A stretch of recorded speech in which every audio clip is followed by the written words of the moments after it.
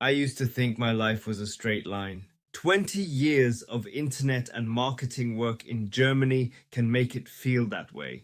Projects stacked neatly on a calendar, clients that came back each quarter, a small team that knew each other's coffee orders and which folder the good mock ups lived in. Mornings began with the same choreography: unlock the office, drop the bag, open the laptop, Slack pings, a spreadsheet that remembered what I had forgotten, design reviews, analytics checks, the quiet relief when a server graph stayed flat. We built websites and shops that did what they promised. Campaigns that launched on Fridays because that was when everyone held their breath. When things went right, nobody noticed. When things went wrong, everyone noticed at once. There were weeks when the light outside the window changed faster than I did. Emails at 1 in the morning, coffee at 7, a long call with a client who wanted the green a little more lively, as if liveliness came in a hex code. I was proud of the work. Not because it was glamorous, but because it held together.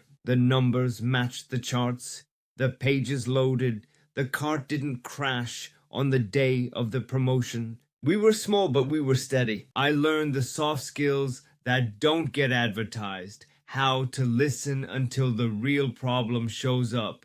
How to explain a hard truth without making someone feel small. How to keep a deadline from slipping when sleep already had. My voice carried through rooms without microphones. My calendar carried me through months without days off. I told myself I was fine because everything around me was working. There were signs, of course. A word that wouldn't come when I reached for it. A staircase that felt longer than it used to. The kind of fatigue that doesn't disappear after a weekend. The kind you rename busy so it sounds temporary. I promised myself I would slow down next quarter. Next quarter kept moving. The team grew into a rhythm you can only build over years. Inside jokes. Folders named Final, yes, this one. Someone always had an emergency chocolate bar in the drawer, and someone always knew where the spare HDMI cable was. Our clients were not logos to us. They were people with faces and budgets and the same fear everyone has. Will this work, and will I be the one blamed if it doesn't? We stood next to them on launch days. We watched the live dashboards. We cheered quietly when the line bent upward, and we didn't pretend it was magic. I thought that steady meant safe.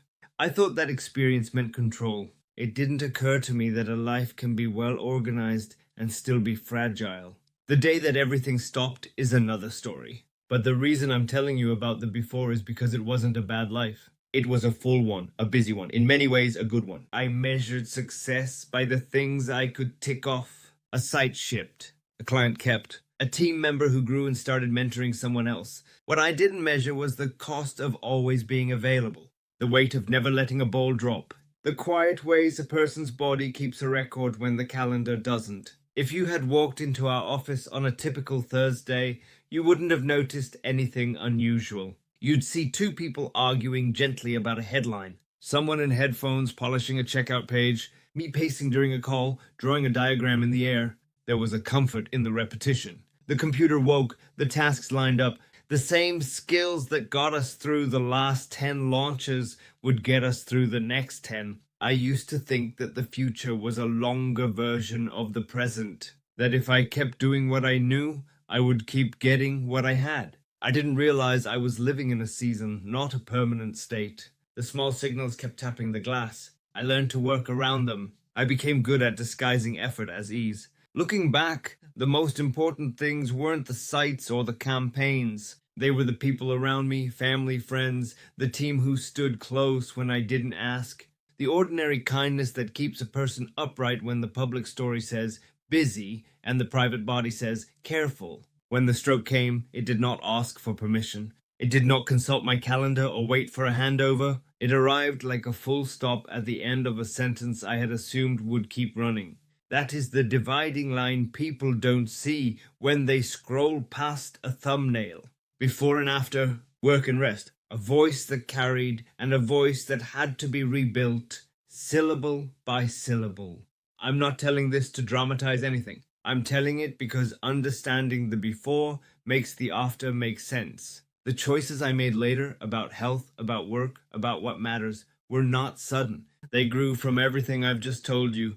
There is a longer version of this story. I wrote it down in a book, translated into English, called Half-Sided. If you ever want to sit with the details, the sounds, the hospital light, the first words that came back, you'll find them there. For now, this is the picture I want you to have. A small team in Germany, 2 decades of making things that worked, a life held together by consistency and care, and a man who thought the line ahead of him would look like the line behind him. The next part begins when that line breaks, but for a moment, stay here with me in the steady before the glow of a monitor late at night, the quiet click of a successful deploy, the feeling that tomorrow will ask the same things and I will be ready.